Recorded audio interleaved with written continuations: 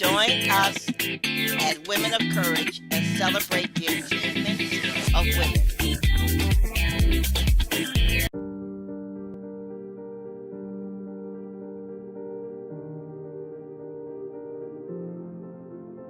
Before we begin, we're going to take a few moments to collect ourselves and to relax before we engage into our discussion.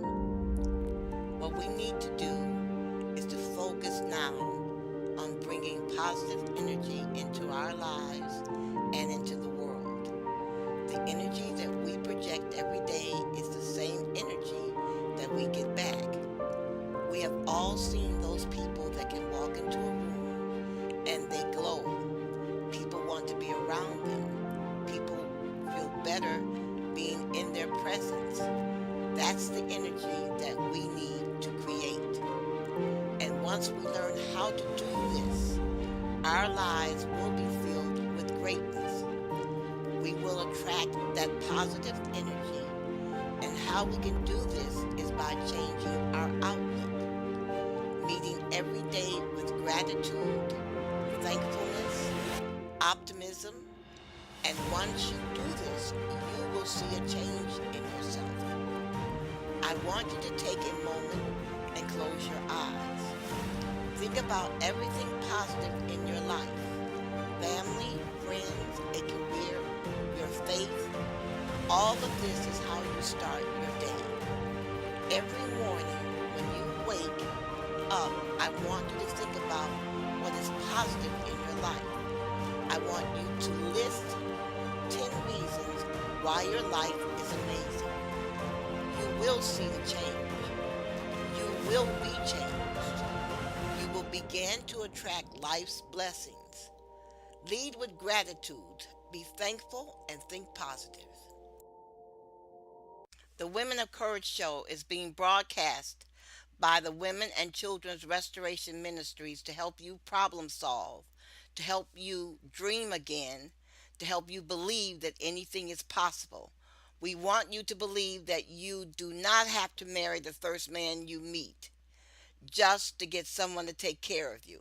You do not have to live a life of drudgery. You can educate yourself. All you have to do is learn to read competently. We want you to take a chance on yourself. Stop believing all the soothsayers around you that have never left a state in their lives. People who do not have courage to fly. People who only think of lying, cheating, and stealing.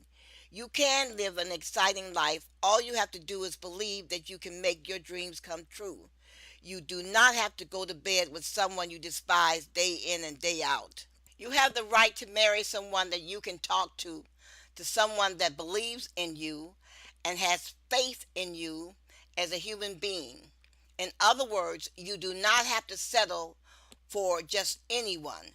But what you must do is strive toward your goal. You must be goal oriented. You must organize yourself. You must be clear about what you want in life and why you want such a life. All of us are made up of dreams. As our dreams unfold in our lives, our spirit soars. Realizing our dreams becomes a problem because oftentimes we are beaten down by our friends and family. We are beaten down at school by people laughing at us because of our shoe size, our ear size, our breast size, the clothes we wear, etc. We are beaten down by people saying nothing will come of our lives. We are beaten down when our mothers and grandmothers constantly say that we're going to be just like our father, an inmate in prison. Many of us are also discouraged when our mothers are inattentive. She is wrapped up in her new boyfriend. But life anew is possible. It is my job to encourage you to go as far as you can dream and as far as your dreams can take you. It is my job to get you to believe in life again. I am sick and tired of people failing at life just because they are around negative speaking and negative acting people. Do not let the failure of other people make you lose confidence in yourself. Yes, you may be surrounded by poverty, but you must look for a way out. The book, If You Believe in God, You Do Not Belong in Prison, will help you. What you must do above all else is learn to read competently.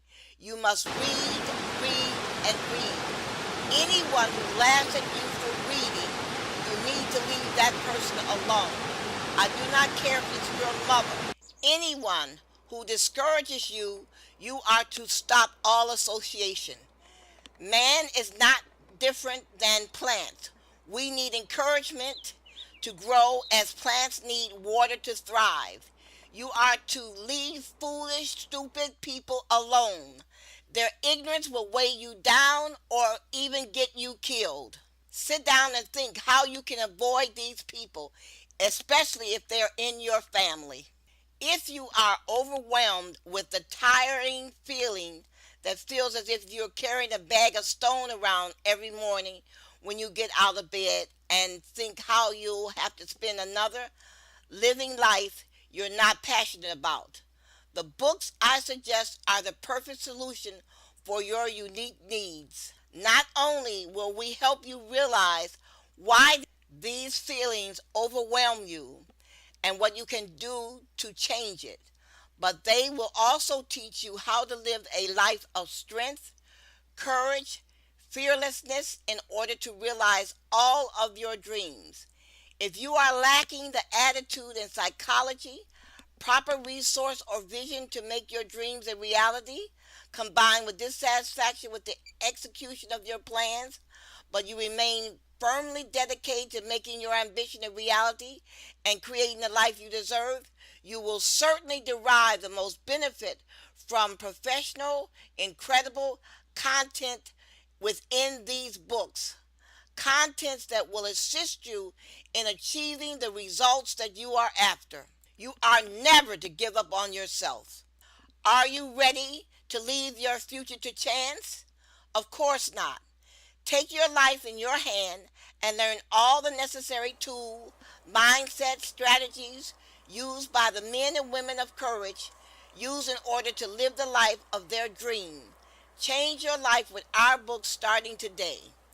This year, the International Women's Day will be celebrated March the 8th, which is a Friday. Consequently, to March this time, we are going to celebrate Women's Day all during the month of March. We are going to be talking about books and situations that will lift the spirit, lead to personal growth, and self development. We will be talking about books that will turn your life around. We're going to discuss books that are blueprints for success. We are going to be talking about the person who gets up in the morning telling themselves it's going to rain. It is going to be a horrible day. We're going to ask why forecast gloom and doom into your life.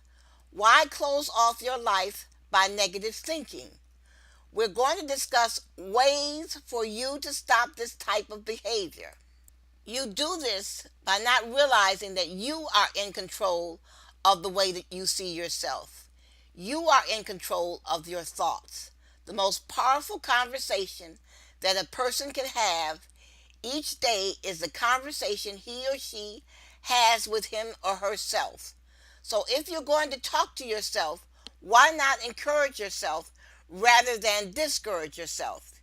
You do not know what is going to happen to you each and every day when you get up. You are not a fortune teller. You do not have mystical powers. So why forecast destruction coming into your life? If you want to be a forecaster, then forecast good fortune and good times. If you're going to be a soothsayer, then soothsay something good occurring to you or a member of your family. The likelihood of something good happening to you is equally as possible as something bad happening to you. So why not look on the bright side of the day and leave misfortune to someone else? We are going to discuss that it is positive thinking that will change your life for the better. Planning will also change your life. Stop keeping yourself upset. When you do not plan, you're living your life willy nilly, and when things come up and you're not prepared for them, everything looks to be a disaster. You have to realize, what benefit do you derive from always telling yourself failure is right around the corner? How does it benefit you by telling yourself that you cannot return to school so that you can apply for a better job? How does it benefit you by telling yourself that you will never get married or that no woman or man will want you? These conversations that you have with yourself every day reinforce your being upset each and every day. Reinforce the upset stomach, a headache, worry. Just stop it. The books You Are the Prophet of Your Life, Women of Courage, and A Christian is Never Desperate tell you negative benefits no one. If you want a better life for yourself and for your children, then you need to read more books that encourage a change in your behavior. These books are going to be especially helpful if you're living off of the world's two major food groups, caffeine and nicotine. You need to read these books and turn your life around. Also, as I said in previous shows, I will continue to list the risk factors for sex trafficking, and discuss we will also discuss the problems associated with self-esteem. I am going to pause for a second to take a short break. Every year, thousands of books are written on how to achieve our dreams, how to live a happier life, or make a lot of money. Yet, the number of people living unhappy lives keeps going up. People living a life of uncertainty, a life of despair. What could be the problem? Were the books lying about these promises, or were people not practicing what they read? You see, the truth is that most times we know exactly what we want out of life, and we often know how to get there. So, what is the missing link? It's the courage to take that first step, to go from where we are right now to the life of freedom and fulfillment we so much desire. We must first leave our comfort zone, and it takes courage to make that move. And that is exactly where all those books failed. They tell you what you should do, but can't get you to take that first step. A wise man once said, "Without courage, you can't leave your comfort zone. If you don't leave your comfort zone, you can't grow. If you can't grow, you can't be your best. And if you can't be your best, you can't be happy."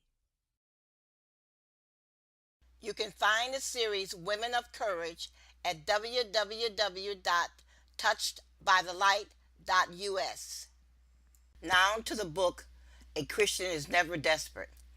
Here are some questions for you. What is desperation? What causes desperation? What leads to desperation? And why can't desperation be managed? The Merriam Dictionary defines the word desperation as a noun, as lost hope and surrendered to despair, a state of hopelessness leading to rashness. The synonyms of desperation are despair, despond, despondent, despondency, forlornness, and hopelessness. The dictionary goes on to provide a sentence to the meaning. She felt overcome by desperation, the desperation of severe poverty. They hired me out of desperation because they couldn't find anyone else. As you read the definition of the word desperation, one becomes surrounded by gloom. Desperation is a dark word, a word no one wants to use or consider very often. One would say your life sucks if you are desperate. Being desperate is not a happy occasion. Desperation is an emotion that leads one to kill, to commit adultery, to cheat at work, or to commit a foolish act. A desperate person feels there is no way out. They are boxed into one behavior. Thoughts run through the mind: I have to do this or else. I have to try this even though I do not think it will work. Maybe I might win. In other words, desperation leads people to gamble on impossible circumstances. These are the questions and situations we explore in A Christian is Never Desperate. The supposition is, if you believe in God, that God should appear in your life, causing you not to commit a desperate act. There should be enough information in God's Word to cause a man or woman to reconsider acting desperately. Below are four headlines discussing the crimes of four grandmothers who are accused of committing. What drove these women to break the law? Why did these women think they had to sell drugs or have their husbands killed for money? Look at the headlines. February 17, 2012. News 8 WTNH broadcast the report that grandmother arrested in drug bust in Ansonia, Connecticut. Friday, April 15, 2012. The following article read, American grandmother jailed on drug charges, was published in the Jamaican Observer. Either the television or someone made Jane Carmichael, age 52, believe drug smuggling was easy. This assumption will now cost her 12 years of her life. April 13, 2012. The following article, Marijuana Grandmama Arrested, was reported in the 10 News broadcast in Florida. April 10, 2013. The following article, Grandmother Arrested with Grandson in Murder Plot. Thursday, January 2nd, 2014. The following article, Grandmother Arrested for Calling 911 to report a beer emergency. That was reported by Fox 8 GHPW. All of these articles reported elderly women acting badly. The news is shocking. You can't help but ask yourself, what happened to these women? How can a grandmother sell drugs or ask her grandson to commit murder? Grandmothers do not sell drugs or have their grandsons kill their husbands for money. Something is seriously wrong. What made these women act this way? What caused elderly women to act out of character and break the law? Selling drugs is not like a traffic ticket. Selling drugs is a felony, a crime that will cause years in prison. We believe these women were desperate. We think they failed at life and wanted money in their old age, and they were willing to take a chance to get the money. What made these women desperate? We explore desperation in the book A Christian is Never Desperate. One facet of problem solving can lead to better solutions is changing the way one thinks. Most people persist in doing the same thing over and over and over again, expecting a different result from the last time. When actually what the person needs to do to solve many of their problems is to change the way they think and to change associates and begin acquiring more information from different sources. You need more intelligent friends. People need a stratified information source, not a localized information source, meaning the same old friends. What leads to desperation is when a person thinking something is imminent, is going to happen, and there is no way out except to commit a desperate act, like stealing or lying. Read and study A Christian is Never Desperate. See if you can find information that will help you avoid being desperate. To supplement what you are learning today, I suggest you read the book A Christian is Never Desperate. The information you read will help you lay a foundation for dealing with negative people, fear, and avoidance. This book is especially good for the woman or man who is just divorced, or the man who lost his girlfriend, or the woman who has lost her boyfriend. or the man or woman who is starting a new business. In other words, if you are full of fear, you can learn to stand up. It is just a matter of developing good behavior and trying over and over again, learning from your mistakes. If you email us at murderedvoices@gmail.com, we can tell you how to obtain the book, The Christian is Never Desperate. It sells for $9.95. Believe me, you will enjoy reading the book over and over again, and there is much to learn. A Christian is Never Desperate is not available in bookstores. You can only obtain the book through the Women and Children Restoration Ministry out of Ann Arbor. Unlike bookstores, the proceeds realized from the sale of the book go to programs that help women and children in stress. The book tells you that you can be victorious over adversity. A Christian acts and lives by faith. God always has a miracle for you. He gives you the facts you need to make important decisions, to be successful, and to overcome mediocrity.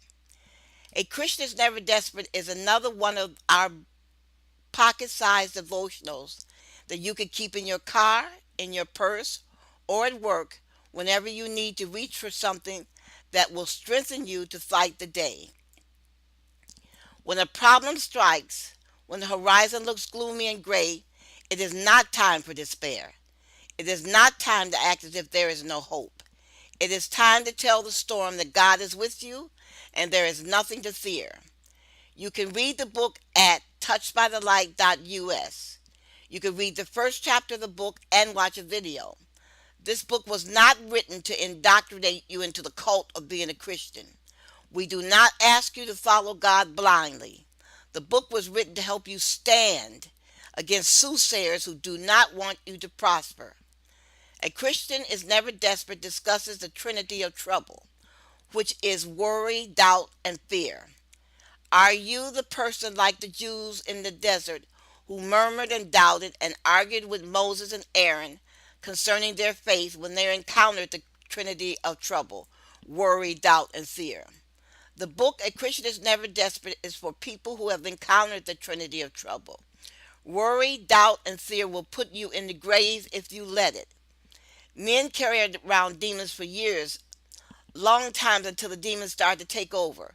Worry is the repetition of one or several thoughts of doom. Doubt is the everlasting question, is something right or wrong? Fear is always being afraid. Worry, doubt, and fear can destroy your continence. These emotions can land you in the hospital or on the psychiatric couch. Drugs and alcohol are only temporary fixes to making you feel good. The book Christian is Never Desperate tells you that you do not have to succumb to these emotions. You do not have to drug yourself with pills and alcohol. A Christian is Never Desperate tells you it is time to change the way you live. Today can be a major turning point in your life. When you want something that you have never had, you must do something that you have never done. So if you want to change your life forever, you must change your behavior today. If you are struggling to control your life, here's an opportunity for you to change. Pick up a book and read it. We are just as responsible for the things we do as we are responsible for the things we do not do. This is the day you can change. Make your life exciting again. Get out of the rut. You can change your world one step at a time. There is no reason why you cannot reach for your dream. Remember, if you are feeling lost, come join us on Saturday and see what you can do when you work with like minded women. Here are some questions for you. What is desperation? What causes desperation? What leads to desperation? Why can't desperation be managed? The dictionary defines the word desperation as a noun, as lost hope and surrender to despair, a state of hopelessness leading to rashness.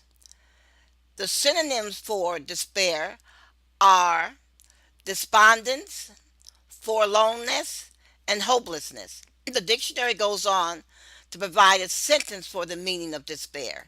She felt overcome by desperation, the desperation of severe poverty, They hired me out of desperation because they couldn't find anyone else. As you read the definition of the word desperation, one becomes surrounded by gloom. This is a dark word, a word no one wants to use very often. One would say your life sucks if you are desperate. Desperation is not a happy occasion. Desperation is an emotion that can lead you to kill someone, to commit adultery, to cheat at work, or to commit a foolish act. A desperate person feels there is no way out. They are boxed into one behavior. Thoughts run through their mind: I have to do this or else. I have to try this even though I don't think it will work. Maybe I can win. These are the questions and situations we explore in A Christian is Never Desperate. The supposition is if you believe in God, that God should appear in your life causing you not to commit a desperate act. There should be enough information in God's Word to cause a man or a woman to reconsider acting desperately. Below are four headlines discussing the crimes four grandmothers are accused of committing.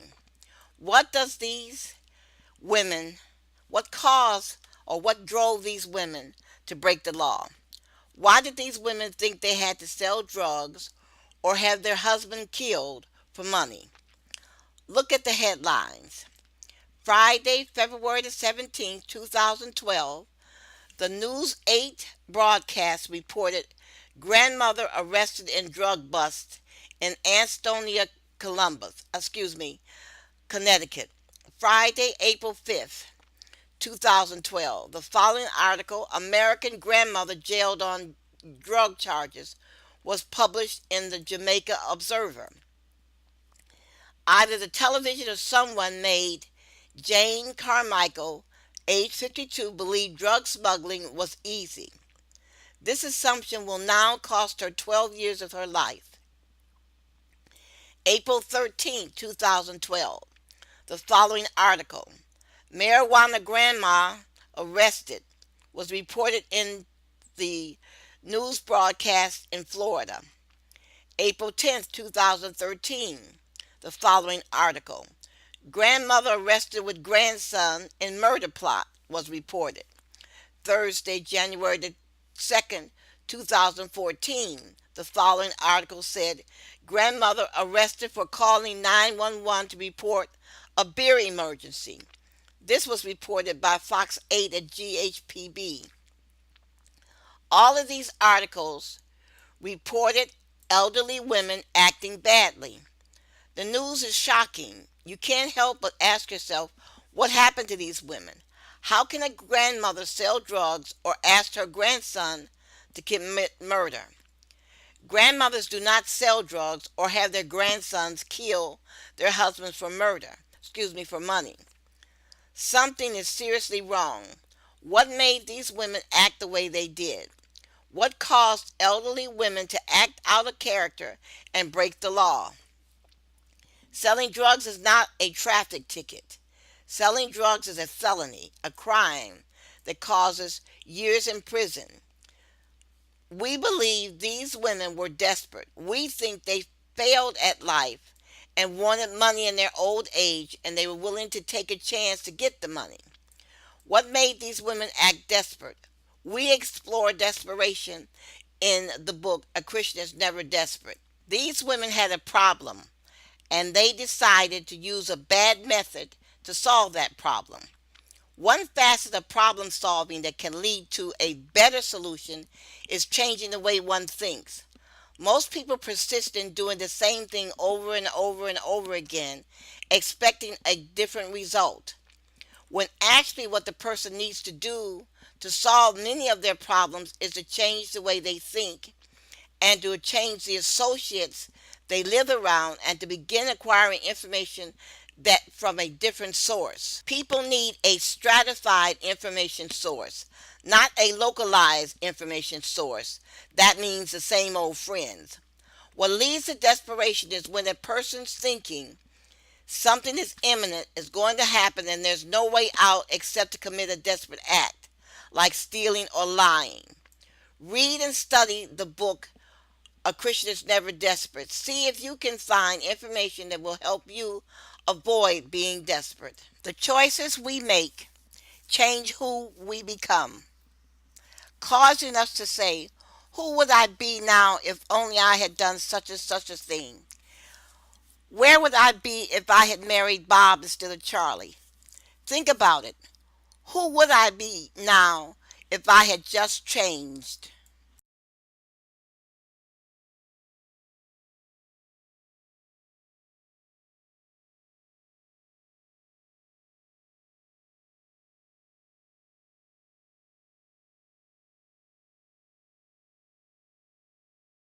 Say this phrase to yourself. A Christian is never desperate. Say the phrase again. A Christian is never desperate. Do you feel funny saying this? Do you feel at odds with yourself that somehow the phrase does not make any sense or the phrase is contradictory to how you really feel or have felt? Are you thinking, why would a person not feel desperate when things are going poorly? I know I feel bad when I cannot pay my car note or house note. I know I feel bad when the bill collector calls me. Why should a person not feel bad when they cannot protect themselves or make things better? I'm a Christian and I get anxious when my bills are not paid. I worry how I'm going to make ends meet if such and such happens. What if they repossess my car? What if they foreclose on my home? Yes, I feel desperate when I am driving to work and I am counting my paychecks, realizing I will have to earn 3 paychecks before I can pay my car note because I have to make my insurance payment also. I am a Christian, but that does not stop me from feeling anxious and sad when things are not going right for me. The phrase, a Christian is never desperate, is not the natural way people feel.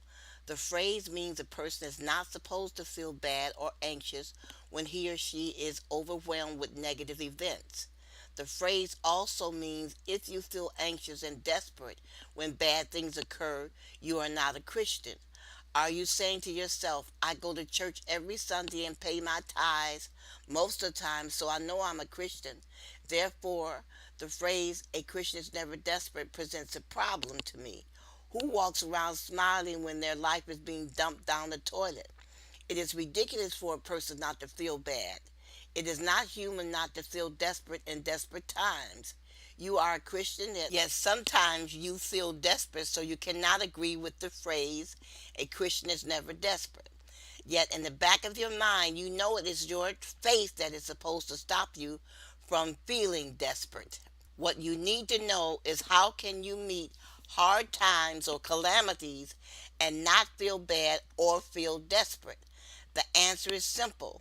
You need to have or develop the faith of 3 men such as Shadrach, Meshach, and Abednego. I know you remember these 3 men from the Bible. There was no more desperate moment in the Bible than the moment that Shadrach, Meshach, and Abednego faced when they were threatened with being burned alive. They were only yards from the fiery furnace.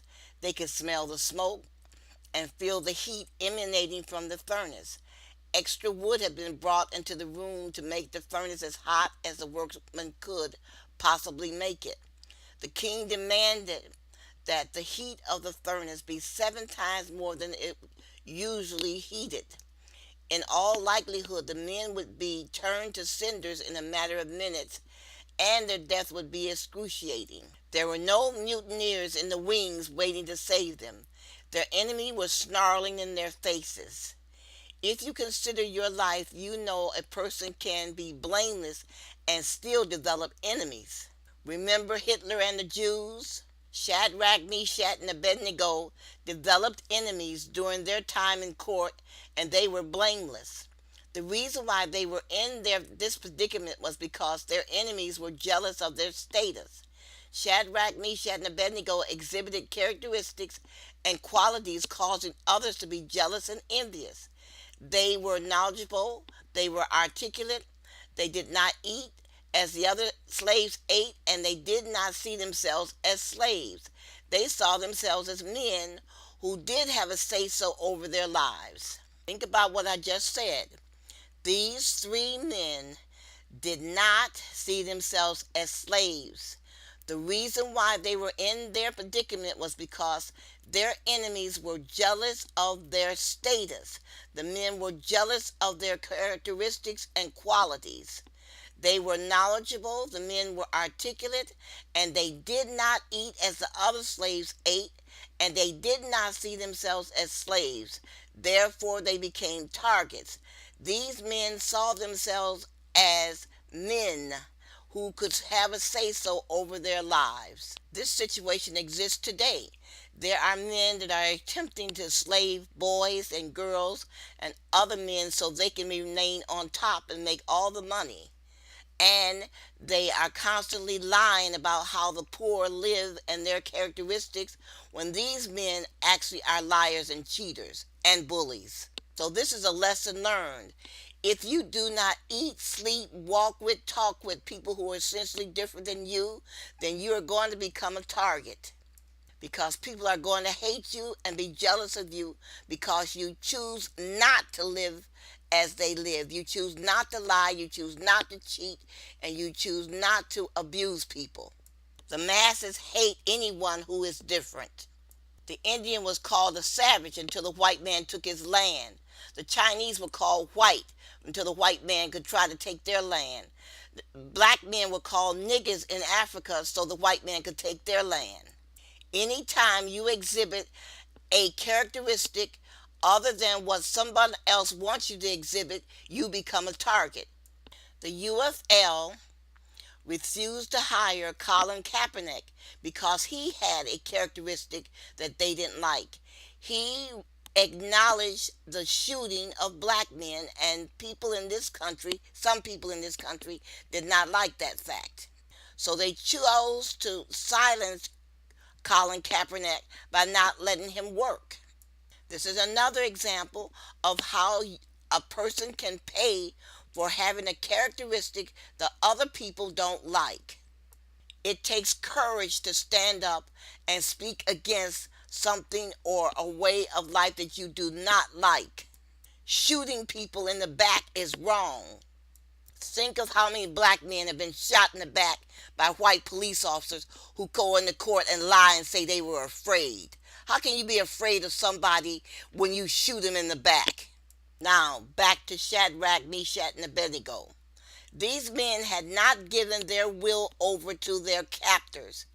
In the face of imminent death, the men still would not relinquish their sovereignty. There are men in this world that enjoy making other men slaves. It makes them feel good, makes them feel superior. Well, Shadrach, Meshach, and Abednego would not allow this. The men would not relinquish their sovereignty. The men would not relinquish the control over their destiny. The men would serve the king within reason, but they would not worship the king nor believe as the king did. Their captivity was conditional. Yes, King Nebuchadnezzar could kill them, but the king did not have the absolute say-so over their lives. Because if they had bowed to them, then the king would not want them dead. The king could display them as good slaves. Shadrach, Meshach, and Abednego were living in Babylon, the citadel of King Nebuchadnezzar. King Nebuchadnezzar was the most sovereign power in the world. He had successfully routed the Judea king, and he had taken their people as slaves. King Nebuchadnezzar also sacked the Jewish temples.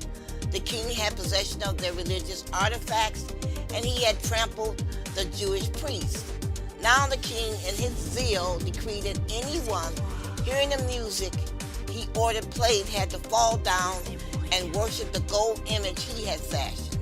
Imagine the arrogance. I fashioned the golden image, and this represents God. There was no power on the earth that could stop King Nebuchadnezzar from forcing his God upon anyone in the realm. Is this not a sign of absolute power when a person can tell everyone who and what they should worship? Is it not a sign of absolute power when a person wants to control what other people think and feel? You can imagine most people would say, why not give in to the king's demand and live? What does it matter to worship someone else's God? At least you're still alive. What does honor and character matter if you're dead? These are words spoken by men who will do anything for money. Shadrach, Meshach, and Abednego had no human to appeal to against the king. There were no courts, for there was no hope. Yet they said no to the king's demand. A key point to note at this juncture is the Jewish worshiped one God, a God that they could not see. They had no physical proof of his existence. The other people in the region worshiped several gods for all occasions, and all of their gods could be seen. All their gods were fashioned by the hands of their worshipers. So just think about it. Other people in the land were laughing because Jewish people were worshiping a God that they couldn't see. So that kind of makes you appear stupid, doesn't it? Yeah, but it also makes you appear stupid when you worship a god of stone and that god of stone can't do anything to help you. Now, when the trio refused to worship the golden god Nebuchadnezzar had fashioned, Nebuchadnezzar threatened the men. He told Shadrach, Meshach, and Abednego, now if you are ready at the time you hear the sound of the horn, flute and harp and lyre and in symphony with all kinds of music, and you fall down and worship the image which I have made, then good. But if you do not worship, you shall be cast immediately in the midst of a burning, fiery furnace. And who is the God who will deliver you from my hands? That's another trick that men play. They love to present themselves as the absolute power. Shadrach, Meshach, and Abednego answered and said to the king, O Nebuchadnezzar, we have no need to answer you in this matter. If that is the case, our God, whom we serve, is able to deliver us from this fiery furnace, and he will deliver us from your hands, O king. But if not, let it be known to you, O king, that we will not serve your God, nor will we worship the gold image which you have set up. I'm going to read this again. Listen closely. Shadrach, Meshach, and Abednego answered the king and said, O king, we have no need to answer you in this matter. If that is the case, our God, whom we serve, is able to deliver us from this burning fiery furnace, and he will deliver us from your hands, O king. But if not, let it be known to you, O king, that we will not serve your gods, nor will we worship the God image that you fashioned in your hand. In other words, the three men told the king to go to hell.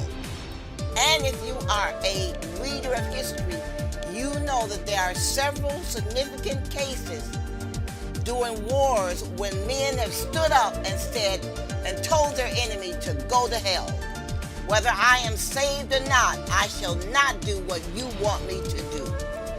The defiance of Shadrach, Meshach, and Abednego is akin to the statement made by John Patrick Henry 100 years ago. If this be treason, make the most of it and give me my liberty or give me my death.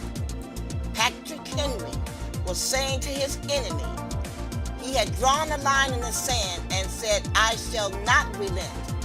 Patrick Henry worked successfully to have the 10 amendments known as the Bill of Rights added to the Constitution. Patrick Henry was self-educated, proof that education is the only one facet to character, integrity, and courage.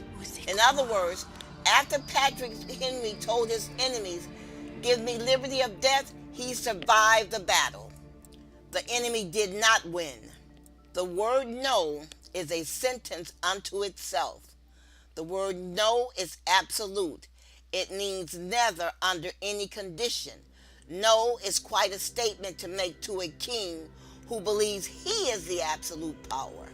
Shadrach, Meshach, and Abednego were in a desperate situation, yet they did not succumb to their emotions. They let the hour to be desperate pass, And the men grabbed hold of their faith and recognized the only power in the world that would have any meaning to them was the power of Jehovah.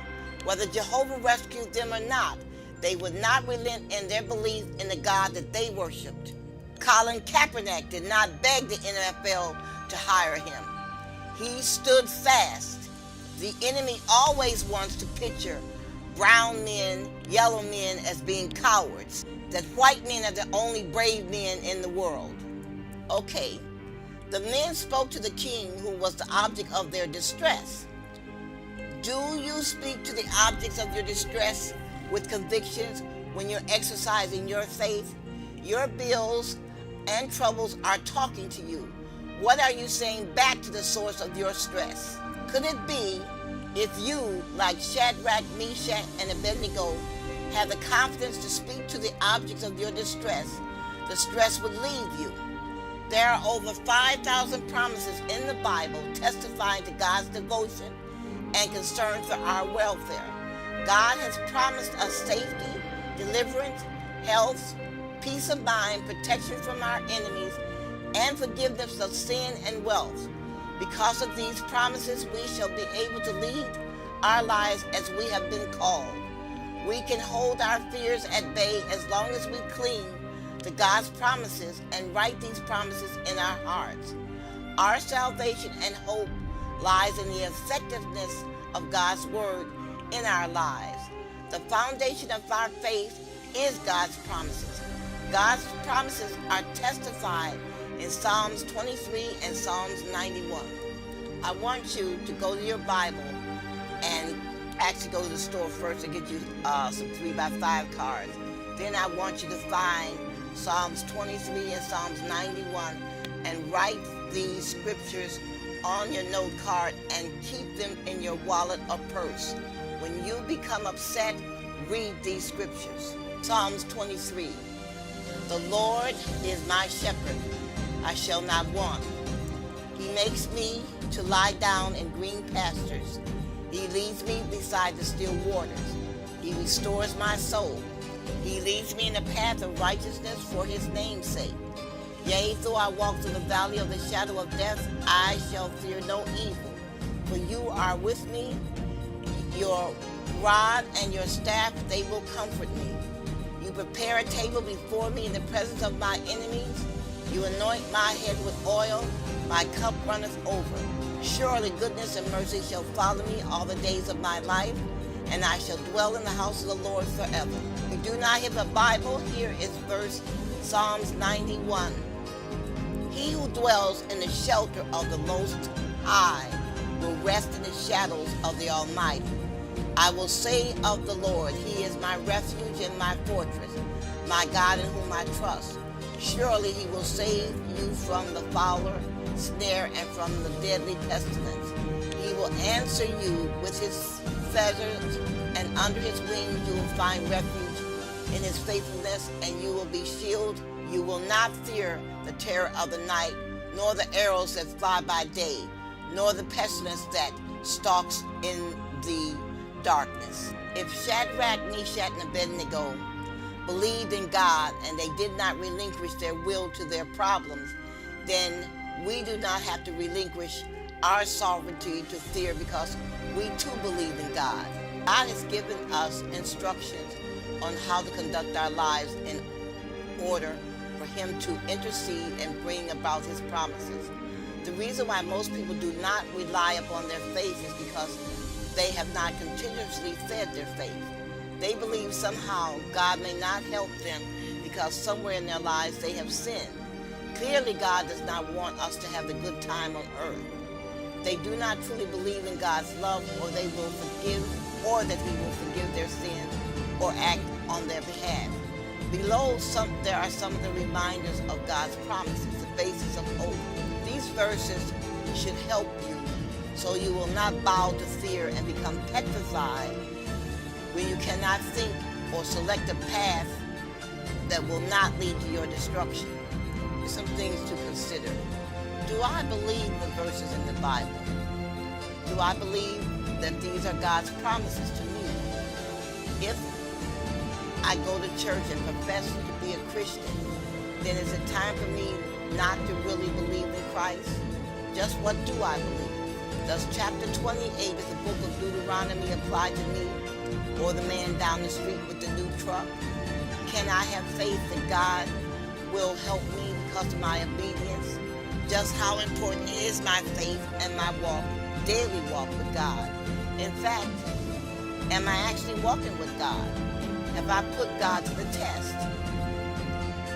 Better yet, do I know enough of God's word to discuss it with him and remind him of his promises? To summarize, for a person to be at risk of brainwashing, it is necessary that at least one of the following characteristics are met. The victim has low self-esteem. The victim has been physically or sexually abused. The victim struggles with drug and alcohol dependency. The victim lives in poverty. The victim has little or no legal protection. Once the trafficker detects one or several of these vulnerabilities in his objective, he or she will seize any available opportunity to seek out the potential victim, including in person tactics at malls, bus stops, walking to and from school, and outside of group homes. Keep in mind this information as we continue to discuss those men and women arrested and convicted of sex trafficking. This insidious behavior must be stopped. We must all participate in the prevention of sex trafficking. This activity is destroying our nation. The Women of Courage Show broadcasts every Friday from 3 to 4 p.m. and every Sunday from 8 to 9 a.m. Please remember, if you are not in your car or near radio during our broadcast, we can be seen and heard on your computer if you go to TV33WHPR.com. Again, TV33WHPR.com. We can also be heard on your phone if you download the free app WHPR TV Detroit Live or listen to us on Roku at WHPR TV Detroit Live 88.1 FM. If you missed one of our broadcasts, you can view our archive on YouTube at the Touched by the Light Publishing channel. Twice a month on Saturday, I meet with my listeners for a discussion about issues affecting women. Please join us. For dates, times, and directions, you can reach us at murderedvoices@gmail.com. Stop thinking there is nothing you can do to change the world. Your life is important. You need to come out and join us and give a voice to our concerns. For more information on our subjects or our books, you can email us at murderedvoices@gmail.com. We enjoy your listening to the Women of Courage Show at WHPR every Friday from 3 to 4 p.m. and every Sunday from 8 to 9 a.m. And we support your local hairstylist. Do not forget to go to touchedbythelight.us website and download a copy of the booklet Black Women and Breast Cancer. This is very important information, and we would appreciate it if you email a copy of this booklet to 5 other women. We are trying to reach 1,000,000 people with this booklet. Help us reach our goal. Your emailing this booklet to another woman can help save a life. Thank you. Recovering your life from foreclosure, bankruptcy, divorce, or other personal tragedies is not easy, but you must believe. You may be wounded, broken, battered, and hurt by life, but you must stand up and fight. People often say, when you're going through hell, never give up. It's easy for someone to say this, but talk is cheap. But you are in a place where every turn you take are met with a challenge or trouble. one thing after another. I'm not here to simply tell you not to give up. I understand what it means to be going through what you're going through right now. I slept on a cement floor being bitten by spiders to survive. However, I'm here to tell you that change is possible. There is light at the end of the tunnel, but you must hang on and do as I tell you. Yes, change is possible. I want you to hope and to believe against even all evidence. Despair is no respecter of status, it is no respecter of age, background, gender, or color. Somewhere right now there is a child crying, a man high on drugs, a mother dancing in a club just to pay her bills. Somewhere right now out there is a person heartbroken, a loss of a dear one, a failed promise of love. Somewhere out there is a person clothed in rags, without a home, without affection, and without a family, and without love. Somewhere right now, someone out there is broken, going through a rough time. I say unto you, hold on, stand fast. You can restore and recover your life. You must believe that you are worth fighting for, regardless of what the world says. When I lost everything and had to live in my car, I had a person to forecast gloom and doom into my life. She said the only person in the world that I loved would desert me. This did not happen. When a doctor punched a hole in my heart and sewn me back up, and I bled inside my chest cavity for 7 days, I did not die. God sent me an angel to help me. When cancer visited me, I did not die. God sent me an angel to stand by me. I still have both these friends today. They have seen the best of me and the worst of me. I say unto you, believe and stand fast. Help is on the way. In closing, remember when you read and learn with your child, the entire family benefits. Let us see how strong you are to honestly work with your child to improve the entire family. Have the courage to say to your child, I do not know, but I will find out for you. Let us see how emotionally strong you are to honestly work on a problem with your child. Saying I do not know is a courage, not a weakness. Have the courage to say I do not know, then go and ask a librarian to help you. Thank you for listening to Women of Courage and have a great day.